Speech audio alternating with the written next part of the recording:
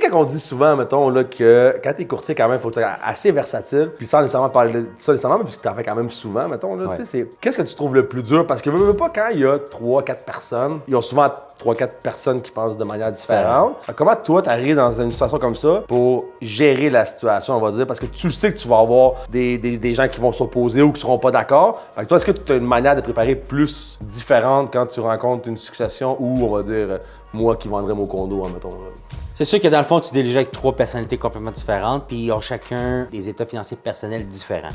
Fait que c'est sûr que si la personne est moins fortunée ou plus fortunée, ben c'est le but d'aller toujours aller chercher le maximum pour leur poche. Puis des fois, ils sont déconnectés de la réalité parce qu'ils pensent que ça vaut tant, parce qu'il y a toujours quelqu'un qui est ou un entourage d'eux autres qui dit que ça vaut toujours plus, mais ils ne voient pas les vendus, ils voient juste les prix affichés, mais que ça fait 1 an que c'est sur le marché et que c'est pas encore vendu. Non, mais il va finir, ça se vend à ce prix-là. Non, ça se vend pas à ce prix-là, il est affiché à ce prix-là, puis il y a des vendus. Fait que c'est sûr que chaque personne, faut que tu contrôles 3 personnes au lieu d'en contrôler juste une.